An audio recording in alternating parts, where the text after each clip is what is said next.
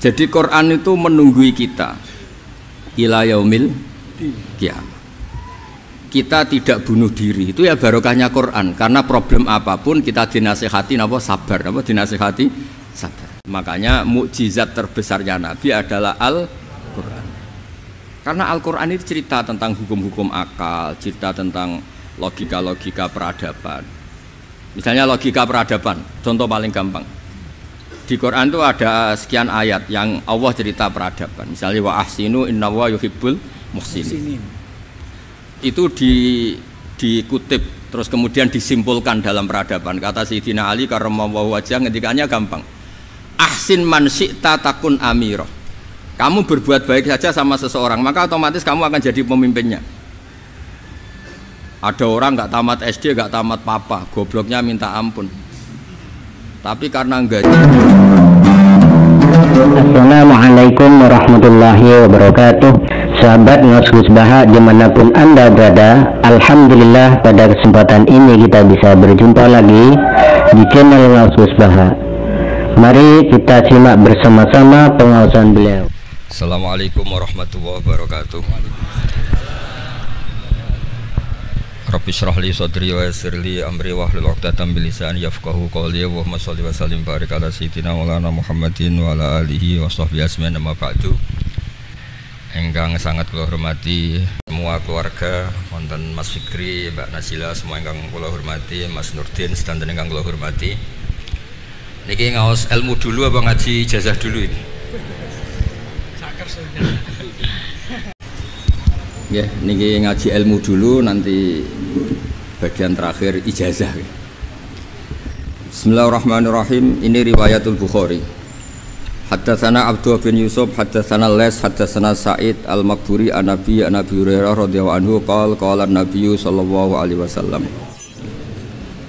Ma minal anbiya'i nabiyyun illa qad u'tiya minal ayat ma mithluhu amana alaihi al-bashar.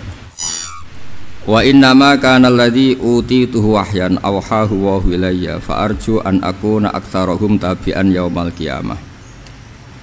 Dados kita tahu semua nabi itu punya mukjizat. Ya, semua nabi itu punya apa? Mukjizat. Mukjizat itu hal yang luar biasa yang memastikan manusia itu tidak bisa menyainginya atau menandinginya. Dan rata-rata mukjizat nabi dulu itu fisik. Misalnya ontanya Nabi Soleh itu kan onta tapi keluar dari batu, itu kan aneh, aneh sekali. Atau tongkat Nabi Musa bisa simsalabim mengeringkan laut apa? Merah. Semua nabi itu punya mukjizat dan semuanya berbentuk fisik. Kecuali mukjizatul Rasulullah Shallallahu Alaihi Wasallam itu berupa Al-Quran. Al-Quran itu konsep ilmiah. Terus kata Rasulullah Shallallahu Alaihi Wasallam, tapi saya karena Quran itu justru berharap pengikutku besar dan sampai hari kiamat. Sekarang kita logika ya.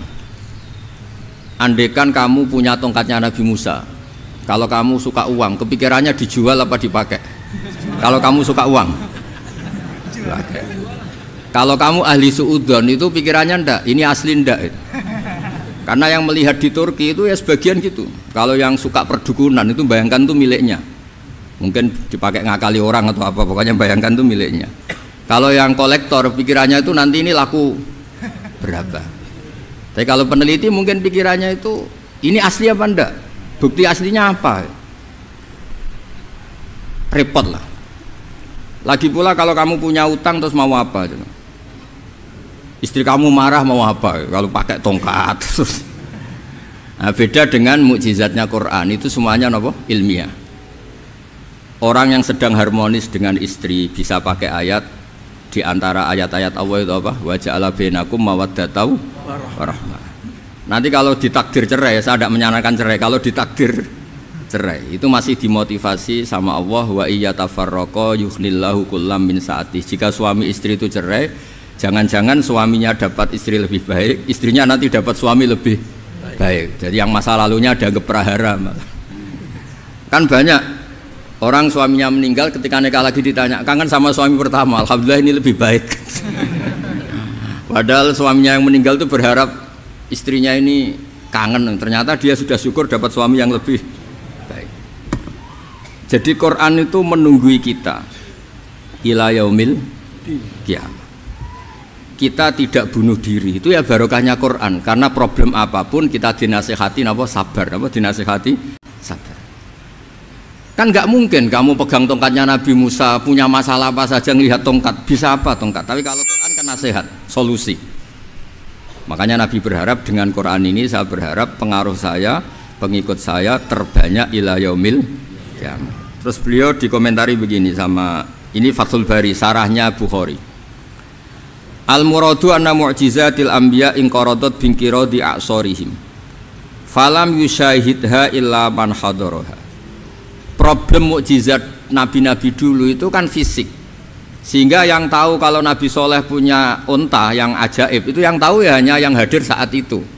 Yang tahu kalau tongkat Nabi Musa bertuah itu juga yang tahu hanya yang hadir saat itu. Selebihnya tahu tongkat ya di museum. Tapi kalau Quran menjadi solusi, menjadi panduan, menjadi pegangan, itu ila yaumil kiamat.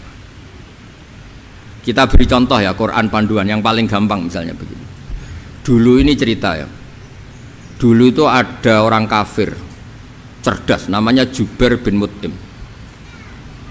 Itu saking pinternya dia, pinter juga tokoh. Itu sebagai delegasi pembebasan Asra Badrin. Jadi tawanan-tawanan perang Badar itu mulai dulu ya ada negosiasi mau dibebaskan. Terus orang-orang kafir ini menugaskan namanya Jubair bin siapa? Mut'im. Ini ada di Bukhari. Karena ini ngaji di Jakarta. Kalau orang nggak tahu hadis juga tanya ini sahih ndak itu. Wong nggak tahu kok tanya itu, wah aneh-aneh. Padahal kalau dibodoni itu ya nggak tahu. Tapi ya tetap tanya, hadisnya ini sahih ndak? Ini kata kiai apa kata nabi ini ya? Memangnya kata nabi kamu dengar kan ya lewat kiai. Memang. Setelah itu Jubair itu datang ke Medina. Dengerin ya, datang ke mana? Medina. Kemudian dengar Nabi baca Wattur pas sholat maghrib. Jubair karena Nabi dulu gak ada hotel, gak ada pondok ya. Pondoknya Nabi hanya sufah itu. Nabi baca maghrib, bukan diskusi, bukan debat, baca Wattur wa kitabi mastur fi raqim mansur wal baitil ma'mur wasaqfil marfu wal bakhril masjur terus. Kemudian sampai pada titik ayat am khuliqu min ghairi syai'in. Masa manusia atau alam raya yang maujudat, yang nyata, yang wujud nyata. Kemudian asal usulnya itu ketiadaan. Ini kan hadhil alam maujud, alam ini kan nyata. Masa sesuatu yang nyata penciptanya itu tidak nyata. Jadi nggak mungkin ada faham nihilisme. Kalau faham nihilisme berarti melahirkan teori begini. Al adamu yakhluqu maujudan, sesuatu yang tidak ada menciptakan yang ada. Itu kan akal nggak bisa nerima. Kalau sesuatu ini ada, penciptanya pasti ada. Terus akhirnya Jubair bin Mut'im itu simpuh di depan Rasulullah terus bilang, ya Muhammad kada qalbi ayatir, hampir saja hati saya terbang. Kalau riwayatnya Imam Ahmad, faka'an nama sudi qalbi, hati saya ini hancur. Semua teori yang saya bawa untuk ngelawan kamu sekarang luluh semua, hancur semua. Yang benar adalah teori Anda bahwa Tuhan itu satu dan Tuhan itu ada sebelum semua makhluk. Coba kalau Nabi Muhammad ada Jubair bin Mut'im terus menyembunyikan tongkat dekat mihrab, terus dilihat ini apa, paling pikirannya ini dari kayu apa. Terus yang bentuk tongkat itu tukang pemahatnya siapa? Kok kurang keren, kalau di Blitar gimana ya? Kan malah panjang. Kira-kira kalau mukjizat itu dari tongkat itu malah panjang. Panjang lah pokoknya, panjang. Lagi pula kamu coba kan nggak ngarah mandi, itu yang mandi kan nabinya bukan tongkatnya. Coba tongkatnya Nabi Musa dicoba anak-anak beki itu. Dipakai mukul kucing aja tidak mesti mati itu. Jadi nggak jelas mukjizat-mukjizat seperti itu nggak. Tapi kalau Quran menunggui, sampai saking hebatnya Quran, teori rasionalitas, kampanye di mana-mana, tingkat validitas, tingkat kebenaran Quran, itu bahkan bisa diuji tanpa membuktikan, tanpa apa? Membuktikan. Cukup pakai akal. Saya tidak bosan-bosan cerita ini karena ini khazanah kita. Di kitab Nailul Ma'mul itu, di kitab usul fikih, Saya berkali-kali cerita ini karena ini untuk menunjukkan bahwa Quran itu liqaumi ya'qilun, liqaumi yatafakkarun.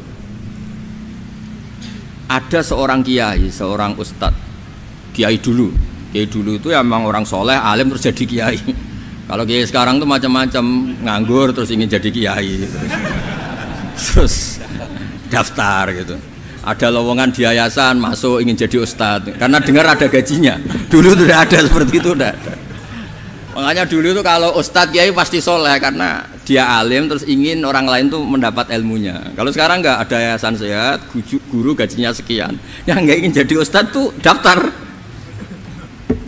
karena ada gaji. Apalagi ada kabar, ada gaji, ada mes, ada wah yang daftar banyak. Tapi mentalnya ada kiai sebetulnya. Ya kalau sampean tanya itu baik dah Gus, ya setengah baik. Ya maksudnya setengah baik ya ada baiknya lah, namanya profesi ngajar itu kan baik. Tapi setengah saja karena motifnya itu nyari gaji, bukan ingin mencerdaskan umatnya Rasulullah SAW. Itu Imam Amudi itu guru matematika. Saya nggak bosan-bosan cerita ini, guru matematika. Muridnya sampai takut, ini masuk surga ndak, kiai kok ndak ngajarin istighosa atau tahlil malah ngajarin apa? Matematika. Beliau meninggal terus muridnya tanya, "Ma fa'alallahu bik?" Kira-kira gitu. Apa yang dilakukan Allah? Allah nyambut Anda gimana gitu. Terus kata Imam Amudi, "Bagus, saya disuruh ngajar malaikat." Karena malaikat kan enggak pernah kayak anak bayi gini ngaji gini. Malaikat itu enggak pernah ngaji, dia iman saja karena tahu surga, tahu neraka terus iman gitu aja. Jadi imannya malaikat tuh enggak keren kita. Masya Allah. Imannya loh ya. Loh itu yang ngendikan Nabi loh, enggak saya. Nabi pernah tanya sama sahabat, iman yang paling keren siapa? Jawabannya sahabat malaikat. Ya enggak karuan malaikat iman. Dia yang tahu surga neraka, tahu segalanya, masa ada enggak imannya? Pasti iman lah katanya. Terus ya para sahabat, engkau iman ya wajar kan menangi saya, nemuin saya. Yang hebat itu orang-orang yang tidak melihat saya, tidak saya didik tapi tetap iman. Karena dididik akal, ya tadi dididik Quran, apa dididik Quran. Sama siapa? Teks bahasa Arabnya masang. Terus Imam Amudi kata Allah, suruh dia ngajarin para malaikat cara menemukan saya. Malaikat dikumpulin terus Imam Amudi disuruh ngajar. Sama singkat kata-katanya Allah di mimpi itu. Istadilla ala wahdaniyati bihadrati malaikati. Tolong ajarkan cara menemukan saya padahal Anda ini manusia yang tidak melihat saya. Anda di Jakarta kan hanya gedung-gedung. Paling jadi khayal terus nikmat lah, Anda ikut punya tapi ikut nikmati. Itu orang desa-desa kalau ke Jakarta itu pokrol. Wah di Jakarta itu gedungnya tinggi-tinggi, tidak kayak kampung sini. Lo udah ikut punya, ikut bangga. Di Jakarta orangnya cantik-cantik, tidak kayak orang sini. Padahal dia ya tidak dapat orang cantik gitu. Jadi Allah itu saking pinternya, miskin-miskin ya bisa berkhayal dan bahagia. Nah, itu alhamdulillah betul. Akhirnya itu apa ini anak-anak begini saya tak niati ngajar standar anak-anak akademik. Terus pertama yang diajarkan hanya bilang gini, sama siapa teksnya? Ya malaikat wahi para malaikat. Terus beliau bilang, nisbatus naini wassalasah ila malanihayata lahu nisbatul far'i ilal asli. Angka itu jumlahnya berapapun 2, 3 sampai triliunan. Semuanya itu nisbatul far'i ilal asli. Binisbat ilal wahid nisbatul far'i ilal asli. Angka 2 ya cabangnya 1, 3 ya cabangnya 1, 1 triliun ya cabangnya 1. Tetap yang asal usul adalah angka 1. Itu nangis semua malaikat. Cara Jawa itu mandekman kue iman kaya imanku. Makanya imannya umat Rasulullah SAW itu PD-nya, yakinnya kayak imannya malaikat. Kalau Tuhan itu 1. Karena angka agak bisa dimulai kecuali dengan angka 1. Makanya nisbatus naini wassalasah ila ma nihayatalahu iku nisbatul far'i ilal asli. Semuanya itu nisbatnya cabang ke induk. Berarti semua alam raya ini tetap asal usulnya 1, yaitu qul huwallahu ahad. Nah, itu namanya akal. Umatnya Rasulullah itu ditinggali mukjizat akal lewat panduan Quran, sehingga meskipun kita tidak menangi Rasulullah, tidak menangi sahabat, kita tidak tahu malaikat Jibril, tapi cara iman kita ini tidak kalah keren. Yakin hakul yakin. Terus kedua, gambar. Kamu gambar rumah, gambar hewan, gambar apa saja, mesti dimulai 1 titik. Entah gambar kamu bagus, entah jelek, tetap dimulai satu titik. Lah titik ini namanya nuqtatul wujud. Semua alam raya dimulai dari satu titik, yaitu nuqtatil wujud.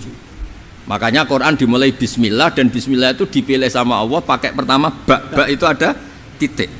Itu kata semua ulama, itu titik itu singkatan dari bi kana makana wa bi yakunu mayakun. Karena saya semuanya ada. Bi itu karena saya. Jadi makanya santri-santri beki tidak usah bayangkan kamu jadi wali terus bisa terbang ke Mekah, tidak usah. Kalau terbang ke Mekah ya sudah umroh aja bayar. Kalau enggak ya maklaran KBIH atau apa, pokoknya cari gratis. Ya gratis kan, dapat orang 10 gratis satu. Terus orang enggak umroh-umroh dirayu-rayu supaya umroh. Repot. Itu pelanggaran fikih itu. Kalau orang punya utang itu wajibnya nyaur utang dulu gitu. Wah repot. Saya itu juga sering bingung di kampung-kampung. Gus sama umroh. Kenapa? Dapat gratisan. Minta uang saja buat nyaur utang, enggak boleh Gus. Wah, secara fikih yang wajib itu nyaur utang bukan umroh. Enggak boleh Gus diminta uang, enggak boleh, harus umroh. Udah gitu saya ini bingung Gus mau umroh, enggak nikmati. Kenapa? Disuruh ngajar Gus. Repot semua kalau ibadah mergawe ya gini, bingung semua. Ya saya mohon anak-anak BK semuanya yang seneng Quran itu harus seneng sampai kayak saya sehingga tahu istidlal, mencari Tuhan dengan cara tauhid yang berbasis akal. Itu sedzahir imannya malaikat.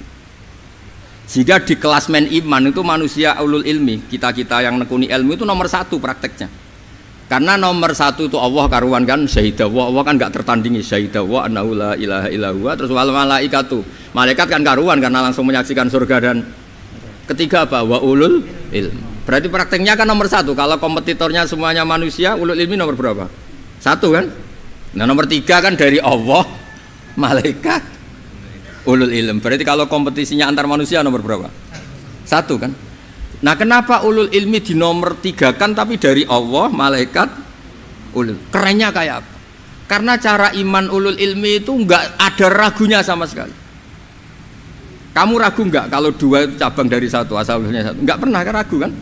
Semua gambar seruat apapun dimulai dari 1 titik, ragu enggak? Enggak kan? Nah, imannya umatnya Nabi karena dipandu oleh Quran itu seyakin itu, sehakul yakin itu. Nah itu terus Jubair bin Mut'im jadi iman. Am khuliqu min ghairi syai'in am humul khaliq. Terus kata Allah lagi, kalau kamu tidak percaya saya yang bikin langit bumi ya gampang dong, kamu saja yang ngomong kalau kamu yang bikin. Paling orang sepakat kamu stres.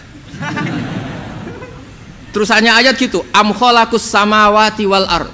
Kalau kamu tidak yakin Allah yang bikin ya silakan Anda klaim saja kalau kamu yang bikin langit bumi. Bala yuqinun. Kamu juga gak mau kan dibilang stres. Nah ini terus saya teruskan ya. Makanya mukjizat terbesarnya Nabi adalah Al-Quran. Karena Al-Quran itu cerita tentang hukum-hukum akal, cerita tentang logika-logika peradaban. Misalnya logika peradaban, contoh paling gampang. Di Quran itu ada sekian ayat yang Allah cerita peradaban. Misalnya wa ahsinu innallaha yuhibbul muhsinin. Itu dikutip terus kemudian disimpulkan dalam peradaban. Kata Sayyidina Ali karramallahu wajhah ngendikannya gampang. Ahsin man syi'ta takun amirah. Kamu berbuat baik saja sama seseorang, maka otomatis kamu akan jadi pemimpinnya. Ada orang nggak tamat SD, nggak tamat papa, gobloknya minta ampun. Tapi karena gaji seorang pakar, oh kamu tak gaji 1 bulan 1 miliar, perusahaan saya jadikan besar. Itu dikongkan ngalor ngidul ya nurut. Hanya karena dia ihsan. Terus wastaghni amman syi'ta takun nadhira. Ya, saya ulang lagi. Wastaghni amman syi'ta takun nadhira. Dan kamu jangan butuh orang lain, siapapun dia, maka kamu akan setara. Misalnya ada menteri orang antri mau salim, tapi kamu tidak butuh kan tenang saja. Tapi kalau kamu butuh, habis kamu. Ya kan, kamu tidak butuh seseorang, maka kamu posisinya akan setara. Kamu harus sopan karena punya utang jasa. Kalau nggak punya apa-apa kan setara. Ya enggak. Misalnya kamu jajar rektor atau jajar menteri, jajar apa saja. Kalau kamu tidak punya utang kan, kamu jajar menteri tidak punya utang, sama jajar satpam tapi punya utang, takut mana?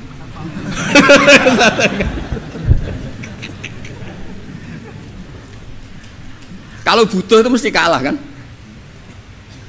Ada pejabat misalnya nggak begitu cantik sama perempuan cantik yang kamu butuh ingin dicintai, takut mak. Padahal nggak jelas orang ini pangkatnya apa, nggak jelas. Jadi dalam hukum sosial itu kata Sidina Ali, wastaghni aman syi'ta takun nadhira. Kamu jangan butuh seseorang maka kamu akan setara. Terus yang terakhir, wahtas ilaman syi'ta takun asiro. Asiro pakai sin. Dan silahkan butuh seseorang maka kamu akan jadi budak dia. Ya coba misalnya Anda seorang profesor, seorang alim, seorang getop, misalnya mencintai janda di ujung kampung sana, jalan kaki 2 kilo, padahal itu gak tamat SD, tapi gara-gara seneng, kacau kan, logika kepangkatan hilang semua kan. Jadi itu hukum peradaban, itu mewakili isi-isi sosial yang diterangkan Quran. Ya, dari paketnya 3 tadi ya. Ahsin man syi'ta takun amirah. Kamu berbuat baik sama seseorang maka kamu bisa memimpin. Wastaghni amman syi'ta takun nadhira. Kamu jangan butuh seseorang maka kamu akan setara. Mbok kamu ketemu orang terkaya di dunia. Ya ketemu orang terkaya di dunia, kamu jejer, kamu tidak butuh dia. Tenang kan bisa setara kan? Tapi kalau butuh harus sopan, ngajukan proposal, harus berakhlak karimah. Makanya sekarang Anda kok berakhlak kenapa? Ternyata mau nyalek. Biasanya ndak berakhlak kok berakhlak. Ada apa ini? Makanya guyonan di Rembang itu Beb Husain itu. Kalau ada orang mendadak sopan sama temannya, temannya curiga, kok tumben sopan, mau utang ya?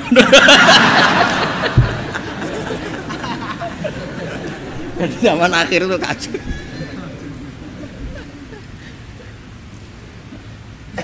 Ya di semua daerah gitu ya sama Pak Rektor ya. Kalau ada teman biasanya nggak sopan kok sopan, itu temannya curiga. Ini Pak Rektor UI ini kok tumben sopan, ada apa ya? Karena di mana-mana orang butuh itu pasti beretika. Kamu punya teman paling berdua, kalau mau utang berakhlak gak? Atau misalnya kamu punya adik cantik terus punya teman berdua, kalau cinta adik kamu berakhlak gak? Biasanya nggak sama sekali nggak berakhlak. Gara-gara butuh menjadi berakhlak. Ya jadi hukum sosial itu ya kuncinya 3 tadi. Ahsin man syi'ta takun amira. Wastaghni amman syi'ta takun nadhira. Terus wahtas ila man syi'ta takun asira. Kalau kamu butuh seseorang pasti kamu dibikin hina. Asir itu tawanan. Nah, Quran itu bicara sosial itu lengkap. Dan itu yang nunggui kita. Kita punya tetangga yang kurang baik, ya seneng. Punya tetangga baik, ya seneng. Kata Imam Syafi'i, saya berkali-kali cerita. Kok seneng semua Imam Syafi'i? Ya bagus lah. Kalau yang seneng saya enak lah. Dijak jagongan, dijak ngopi enak. Yang nggak seneng saya, gak ngarah utang. Uang itu nak, kamu punya tetangga gak seneng kamu. Aman kan? Aman. Gak akan pinjem uang kan, pinjem mobil. Uang gak seneng kok. Makanya Imam Syafi'i itu kalau ngedikan luar Syafi'i, diceritain orang. Ya Aba Abdillah bagian ya Aba Abdillah orang itu gak seneng kau, bagus lah. Loh kenapa bagus? Waman asa'a ilaika faqad atlaqaka. Orang yang gak seneng kamu maka membebaskan kamu. Gak akan pinjam uang, pinjam mobil, gak akan ganggu waktu kamu kan gak seneng. Justru yang seneng-senengi masalah pinjam terus. Imam Syafi'i itu orang yang anggap dunia itu selesai. Ada yang cerita, ya Aba Abdillah, orang yang tadi cium tangan engkau, yang hormat engkau, di luar maki-maki engkau, ngerasain engkau, ngata-ngatain engkau. Ya bagus lah. Kok bagus gimana? Berarti saya wibawa, depan saya tidak berani. Berarti saya wibawa, di depan saya tidak berani. Berarti itu makomnya sudah kulillah sumadarhum fi khawdihim yal'abun. Sudah dunia itu selesai, sudah agak penting semua. Nah itu kalau kamu anak-anak beki ahli Quran sudah ayatnya kulillah sumadarhum fi khawdihim yal'abun. Sudah lihat Allah saja agak penting, makhluk-makhluk itu agak penting. Dah makhluk semua agak penting, sepenting Allah. Nah kita ini ditunggoni mukjizat seperti itu. Bayangkan misalnya kita ditunggoni tongkatnya Nabi Musa. Saya ngajar di sini terus ini tongkat. Terus nanti yang tanya, Gus itu kayu apa Gus? Nanti yang kolektor tanya itu harganya berapa Gus? Ruwet apa? Terus yang ahli suudon itu asli gak Gus? Wah. Yang ahli suudon kan mesti tanyanya gitu, itu asli enggak Gus? Repot-repot pokoknya. Tapi kalau Quran kan jelas, kenapa? Ya terus saya teruskan. Fala yamurru terus al murad anna mu'jizatil anbiya in qaradat bi qidari aqsam satu wa mu'jizatul Qur'an mustamirratun ila yaumil qiyamah. Wa kharquhu lil adat fi uslubihi wa balaghatihi wa ikhbarihi bil mawhibat. Terus kata ini yang ngarang Fathul Bari sarahnya Imam Bukhari. Fala yamurru asrun minal aqsar illa wa yadharu fihi syai'un mimma akhbaru bi annahu sayakun yadullu ala sihhati da'wahu wa hadza aqwal muhtamilat wa takmiluhu fil ladzi ba'da wa qilani ya anal al makna anal mu'jizat al madiyah kanat khissiyatan tusyahadu bil absar kana qati sholeh wa asa Musa. Mukjizatnya nabi-nabi dulu itu hanya penyembuh, hanya pelengkap, hanya nuruti keinginan mata. Seperti dahsyatnya apa? Laut Merah di sebelah apa dipukul sama tongkatnya Nabi siapa? Itu semuanya itu hanya memanjakan mata. Urusan mata. Terus wow itu. Tapi kalau mukjizatnya Nabi Muhammad itu berdasar akal. Maksudnya berdasar akal nih dengerin ya. Dengerin betul. Ketika Laut Merah terus tersibak kan wow itu keren kan? Terus kita bilang menyimpulkan, wah kita tidak akan mampu. Itu bodoh sekali kesimpulan kita tidak akan mampu. Meskipun bikin nyamuk Anda juga tidak mampu.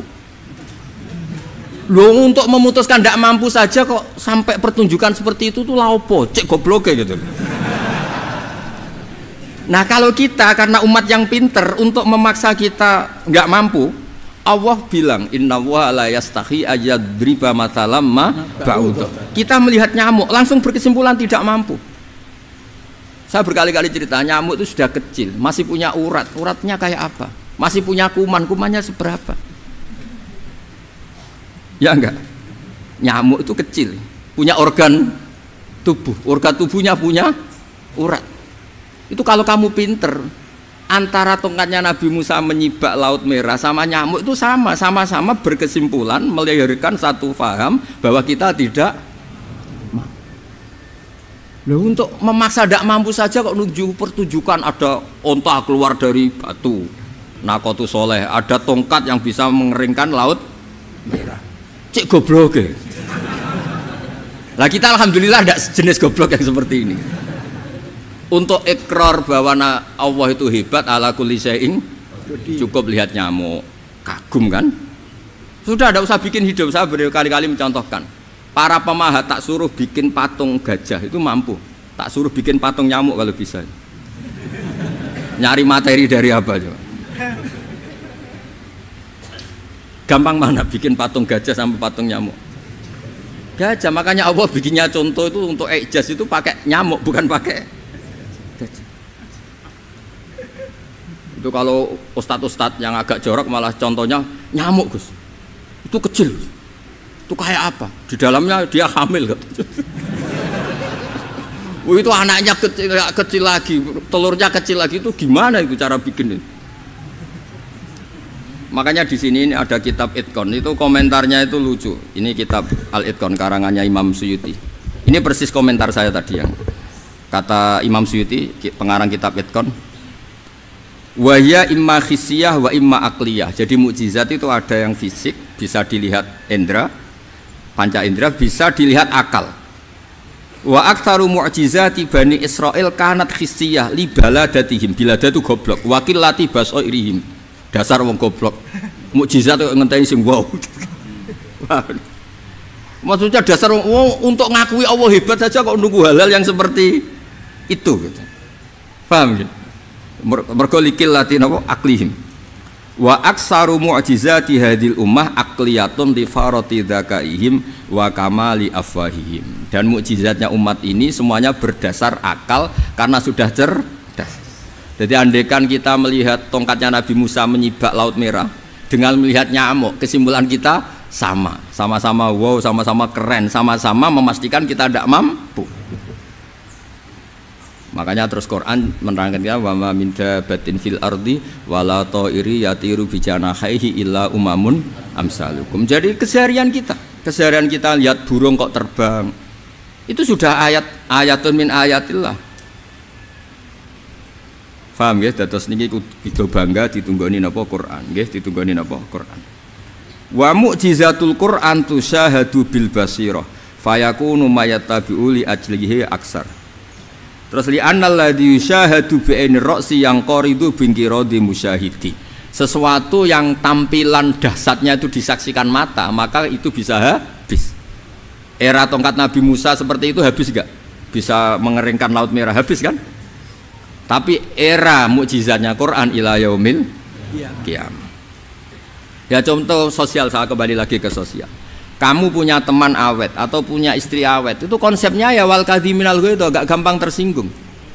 Coba kalau kamu setiap tersinggung putus, setiap tersinggung habis, kamu tidak punya teman, tidak punya istri. Sampai kita awet seperti ini, kalau kecewa ya wal kadhiminal ghaidh, ngempet. Termasuk saya ini, biasanya ngaji khusus terus bajak gini ya kecewa. Tapi barokahnya diwarai Quran wal kadhiminal ghaidh, ngempet Gus, ngempet. Terus kecewa sama teman, kenapa tidak putus? Karena wal afina aninna, sudah kalau kecewa maafkan. Coba kalau kita kecewa presiden demo, kecewa menteri demo, kecewa orang tua minggat, ya kalau dicari, kalau tidak kan malu. Saya itu punya teman tak tanya, kecewa gak sama bapak itu, kenapa tidak minggat? Malu. Kenapa malu? Takut gak dicari. Itu orang tuh paling malu itu kalau keluar dari rumah nggak di. Saya punya teman lagi, saya ini takut mati Gus. Kenapa? Takut istri saya tidak nangis Gus. Itu kematian terburuk itu kalau sudah mati tahu istrinya ada nangis, itu malu betul itu. Makanya jangan mati, pokoknya pastikan orang sekeliling Anda nangis itu baru berani mati, kalau tidak jangan. Ya jadi mukjizatnya Nabi itu luar biasa. Walladzi yusyahadu bi'ainil aqli bakin yusyahiduhu kullu man jaa ba'dal awali mustamirran. Sesuatu ilmiah, sesuatu agama atau apa saja yang logis itu akan abadi ila yaumil. Kayak tadi ketika kita kecil diajari apa? Wujud, qidam, baqa, mukhalafatul hawadisi, qiyamuhu binafsihi, wahdaniyat, qudrat, iradah. Itu ila yaumil qiyamah. Karena kita pasti punya logika tadi. Masa alam raya yang maujud didahului ketiadaan. Kemudian ketiadaan ini kita rumuskan, ketiadaan inilah yang bikin alam raya. Di mana-mana nihilisme, ketiadaan ya layu asfiru say'an, namanya tiada ya tidak punya akibat apapun. Yang punya akibat apapun ya sesuatu yang wujud. Loh itu kan ila yaumil qiyamah, sampai kapanpun teori itu akan nunggui kita ila yaumil qiyamah. Tapi kalau tongkat Nabi Musa ketika kita tidak melihat kan punya alasan tidak ngandel, Musa tidak tahu. Tapi kalau kamu seperti ini, orang paling mulhid sekalipun, paling ateis sekalipun, terus ditanya, bisa enggak Anda mulai angka di luar angka 1? Tidak bisa kan? Makanya benar Imam Amudi tadi ketika diminta Allah, istadilla ala wahdaniyati bi hadrati malaikati, tolong ajarkan kenapa manusia begitu yakin kalau saya ini satu, padahal mereka tidak melihat saya. Terus beliau ngendikan apa? Nisbatus naini wassalasa ilal wahid nisbatul far'i ilal asli. Angka 2, 3 sampai enggak terbatas, semuanya dibanding angka 1 itu nisbatul far'i ilal asli. Semuanya itu cabang dari angka 1. Itu mbok siapapun enggak usah ditunggoni nabi, enggak usah ditunggoni wali. Logikanya akan seperti itu. Itu yang dimaksud apa? Walladzi yusyahadu bainil aqli bakin yusyahidu kul man ja'a badal awal mustamir. Ya ini masih ada waktu seperempat, ini ijazah. Kalau ijazah nggak boleh tanya, ijazah ini. Dan itu yang fotokopi lebih besar itu ijazah. Alhamdulillahirabbil alamin, telah kita ikuti bersama pengawasan musbah di channel Mas Musbah. Semoga dengan senantiasa mengikuti pengajian musbah kita semua oleh Allah diberikan ilmu yang bermanfaat. Amin.